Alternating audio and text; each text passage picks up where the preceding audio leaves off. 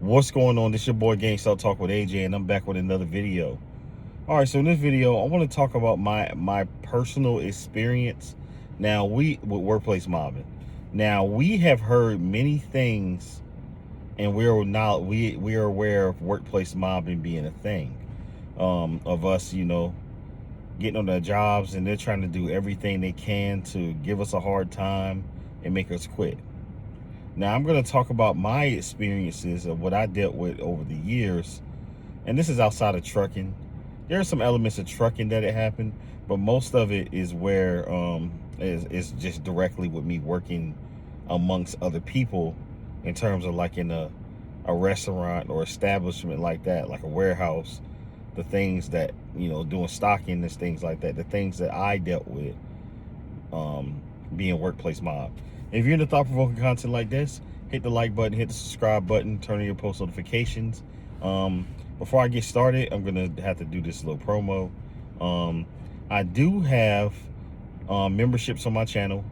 So if you want to become a member, the B tier is $3.99, the A tier is $6.99, and the GOAT tier is $9.99.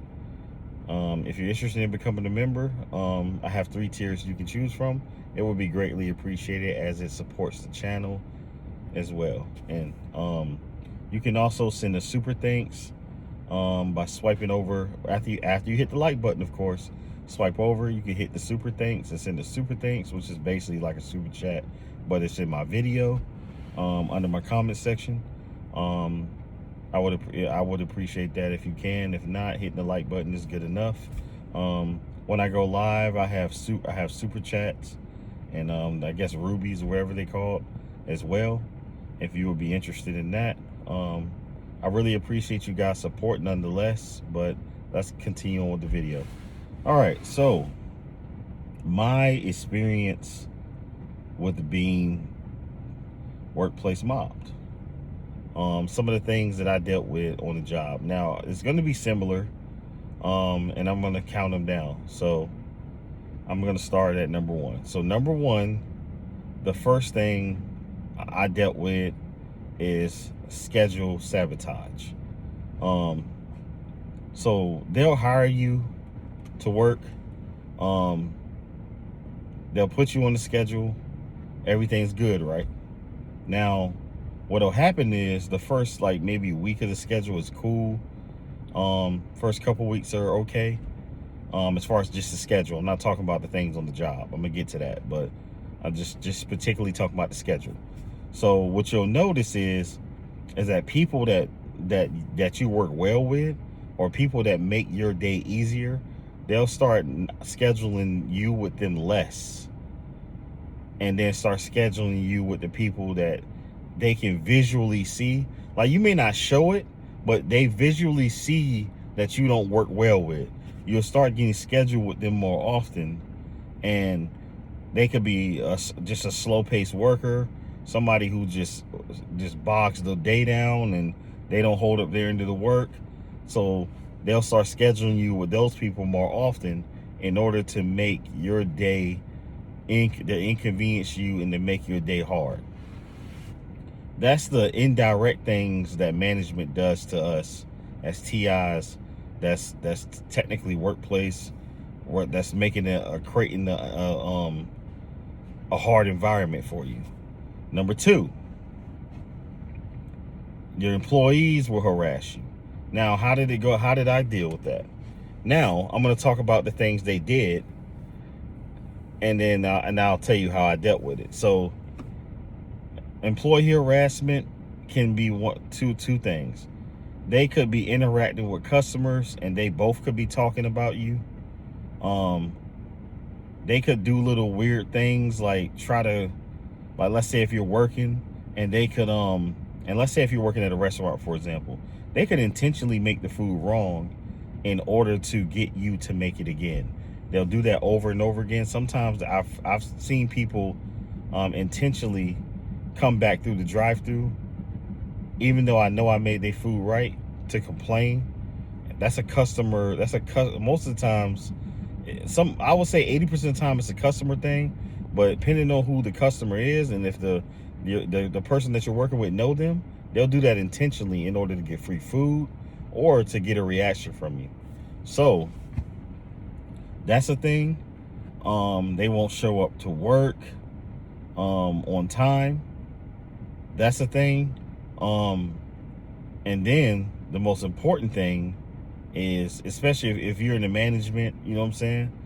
They will completely try to walk all over you.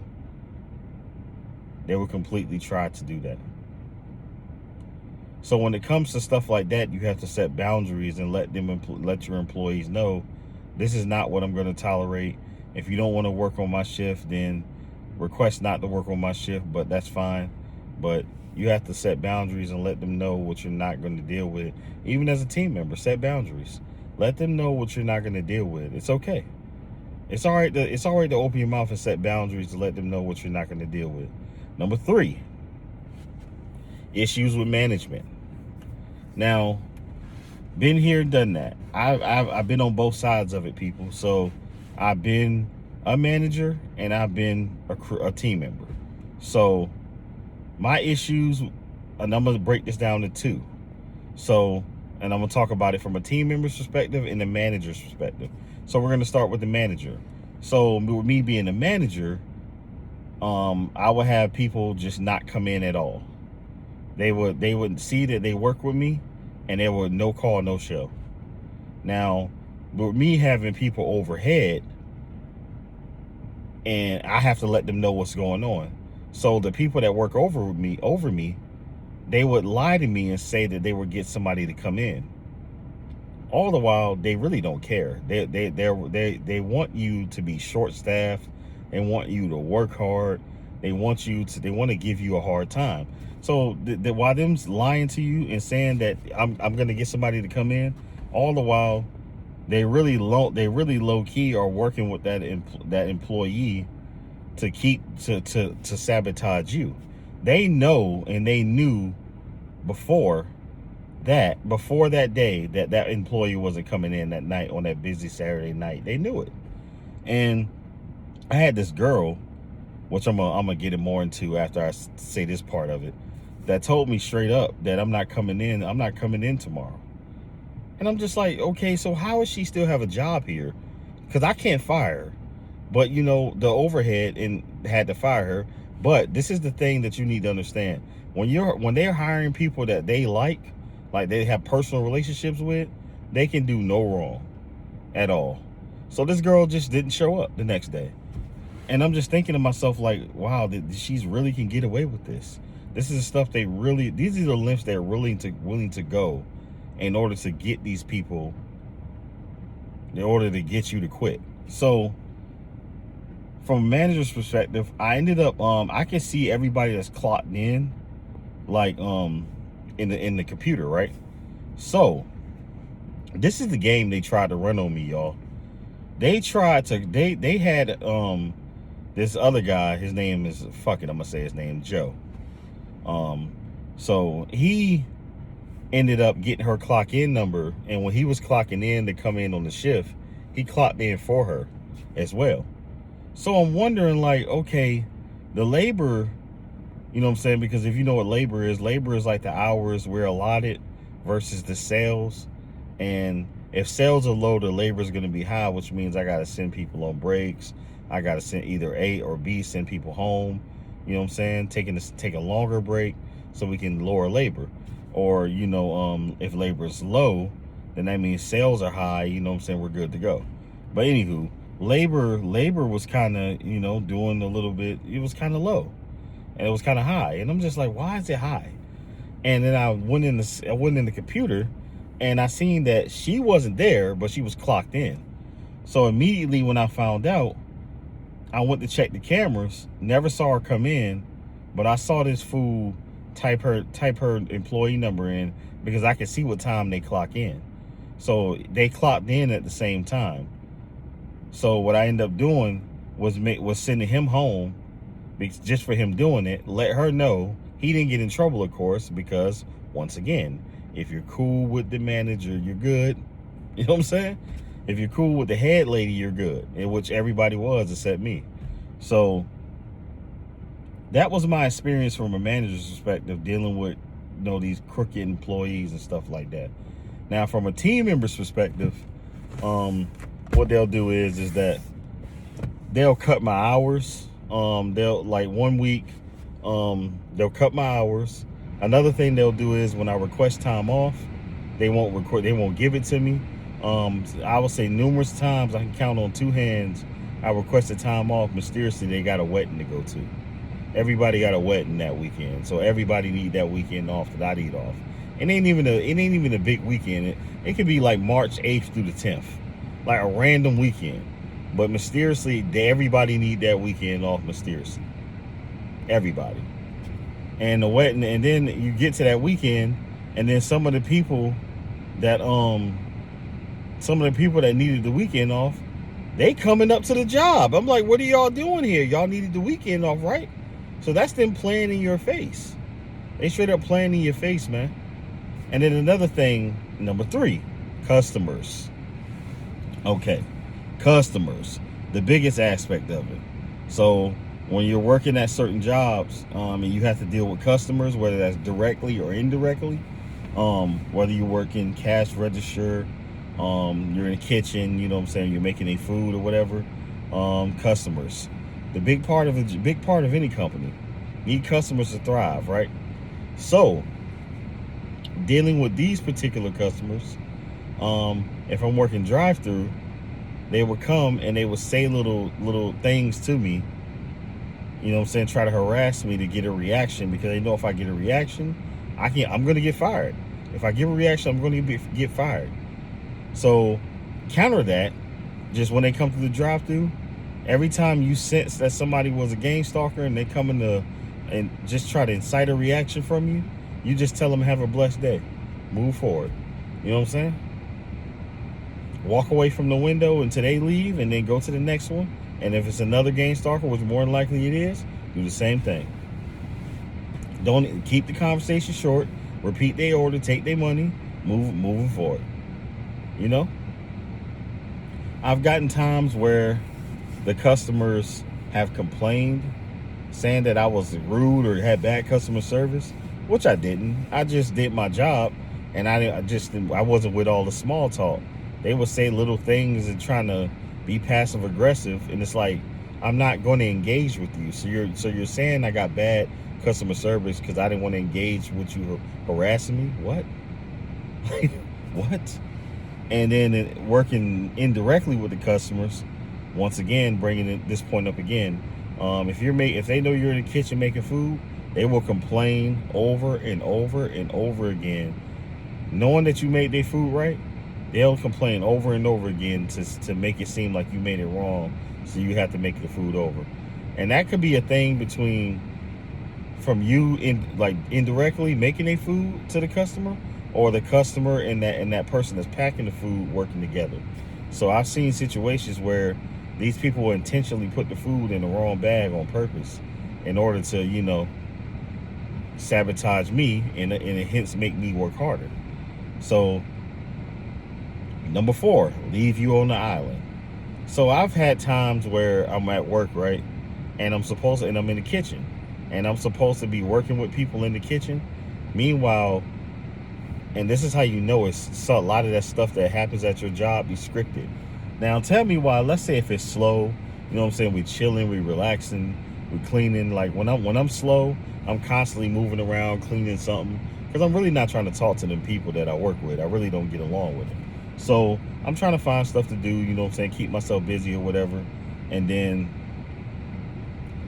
these people disappear, whether they hiding in the bathroom, going outside to smoke, and all this, that, and the third, right?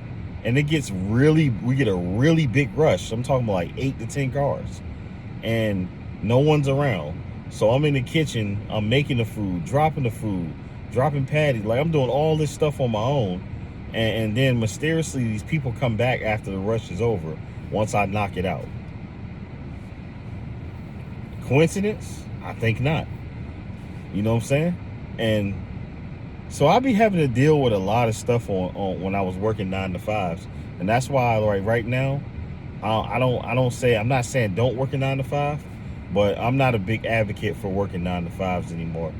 because at being targeted, they will give you the hardest time in the world.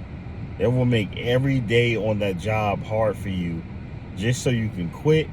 You the only one that's going to suffer, because you're going to lose your income and you're going to lose your current finances that's paying your bills. And then you know what you're going to have to do? Start the cycle all over again. Rewind the clock, restart the clock. And that's exactly what they want. That's exactly what they want. So let's get to the advice portion of it. What should you do? For one, do not, and I repeat, do not quit your job if you need your job. It's supporting your bills and all that good stuff. If it's taking care of you, stay on your job. Don't quit your job. Don't do it. Take care of yourself. Whatever goal you got set for being on that job, take care of it, and make sure that you locked in on your work. You know what I'm saying? Go to work. And when y'all got downtime, there's no need to converse with these people. Go clean the parking lot. Go clean something. Just get away from them. Until y'all get busy again, get away from them. Wash dishes. Whatever your job entails, like, go do something else in order to keep yourself busy and get away from the people. I don't care if you got to pretend like you look like you're working. Go do something else to get away from them people, so they won't have the opportunity to workplace mob you and harass you. Create distance from them people, you know? And then as far as the customers go, block out everything they say that's negative. Anytime that you feel like they're trying to give you a hard time and trying to say something to provoke a reaction, kill them with kindness. That's simple. Kill them with kindness.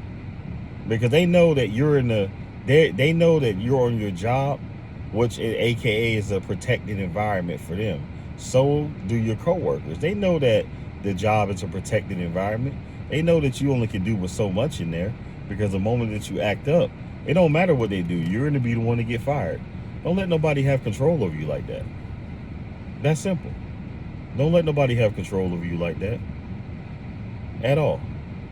So those are the things that I dealt with, being workplace mobbed, and I'm sure a lot of us have some similarities. So I want y'all to drop it in the comment section. What is your experiences on the job being workplace mobbed? How did they make you uncomfortable? What did you do? Are you currently still on that job? And what's going on right now? So, but don't let them bully you and harass you off a job, customer or coworker. Go there, serve your purpose, get your check, get up out of there. Stay there as long as you need to be able to do what you need to do. If that's your long-term plan, then stay with it.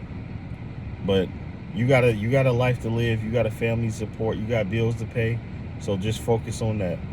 Don't try to go to work to make friends. Them people aren't worth it. The people aren't worth your time anyway. Those are people you wouldn't want to hang out with. I wouldn't want to hang out with people that I work with, because I would rather hang out with people that have more than me, that can help me get to where I need to go. You should be hanging out with people, as if you're looking to befriend people. And I'm not saying like us as just TIs, but other people. You should be around people who can help you level up, not people that help you that keep you down, or it's on a certain level. Because if you're hanging out with people that you work with and they ain't got no ambition or drive to do better, then you're gonna by default have no ambition and drive to do better. So I ultimately recommend just staying to yourself. And at the end of the day, as TIs, we all we got, we all we can trust in terms of just us in general. But God is the person that's going to lead the way and get us to where we need to go. But it's your boy GameStop Talk with AJ. Like, comment, subscribe, turn on your post notifications. I appreciate y'all tuning in, and I will catch y'all in the next video. I'm gone. Peace.